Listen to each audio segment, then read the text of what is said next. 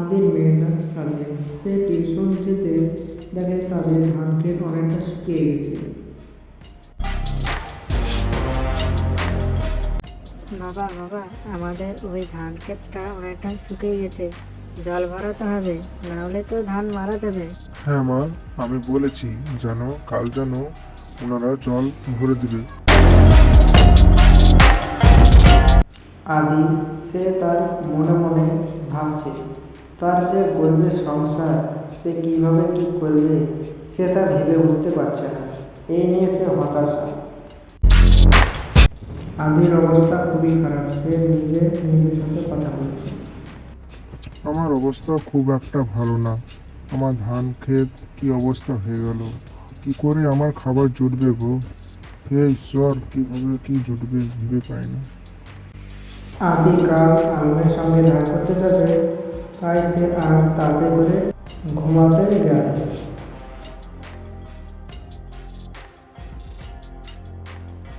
ওগো, ধান খেতে কি জল দেওয়া হয়েছে? না হলে তো ধান গাছ মারা যাবে, কি করে আমাদের খাবার জুটবে গো? হ্যাঁ গো গিন্নি, চাল না হলে তো আমাদেরকে না খেয়ে থাকতে হবে। এই মুশকিলে পড়েছি গো গিন্নি। কালকে আমি আলমের সাথে দেখা করতে গেছিলাম, কিন্তু ও ছিল না গো। দেখি আজকে যাব। আলো সে তার ভারী দুশ্চিন্তাতে সে তার বিকালে রওনা দিল আলমের বাড়িতে। আদি তার বন্ধুর বাড়ির দিকে রওনা দিল।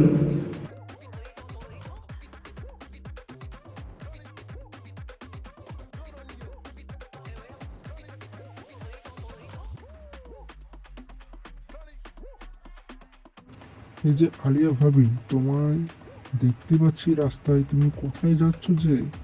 হ্যাঁ, এত বিকেলবেলা এই ঘুমিয়ে এলো বলে সন্দেহ, তুমি কোথায় যাচ্ছ? আমার বন্ধু কি বাড়ির দিকে আছে? না আলম ভাই, উনি বাড়িতে নাই খো, উনি ডক্টরের কাছে গেছে। আমি খবর পেয়ে তাই শিগগিরই যাচ্ছি ডক্টরের কাছে। কি বড় বিপদ হয়ে গেছে আমার কিভাবে হলো? হ্যাঁ, আমি জানি না আদি ভাই, যাই যে দেখি কি অবস্থা। হ্যাঁ হ্যাঁ, শীঘ্রই যাও।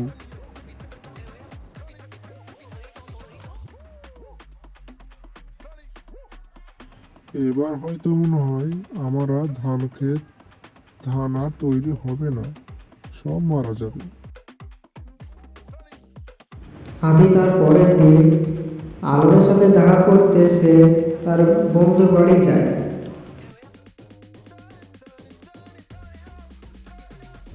এই যে আলম ভাই, তোমাকে যে আমি বলেছিলাম যে আমার ধান খেতে জল ভরাতে, আজও তো তুমি জলটা ভরালে না আমার। বুঝলে আদি ভাই, আমার যে শরীরের অবস্থা অনেকটা খারাপ হয়ে গেছে, কিভাবে কি করি ভেবে উঠতে পারি না, তাই যেতে পারি না। দেখি কাল যদি শরীর ভালো হয় অবশ্যই যাব আমি তোমার ধান খেতে জল ভরাতে।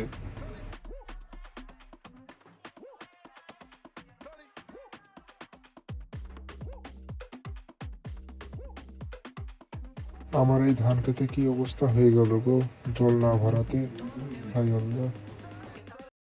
হ্যালো গাইস, তোমরা প্রতিদিন আমার এই নতুন নতুন ভিডিও পেতে গেলে আমার এই চ্যানেলটা সাবস্ক্রাইব করতে হবে, না হলে এরকম নতুন নতুন ভিডিও মিস করবে।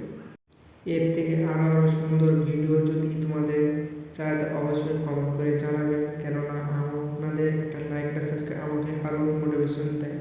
Thank you.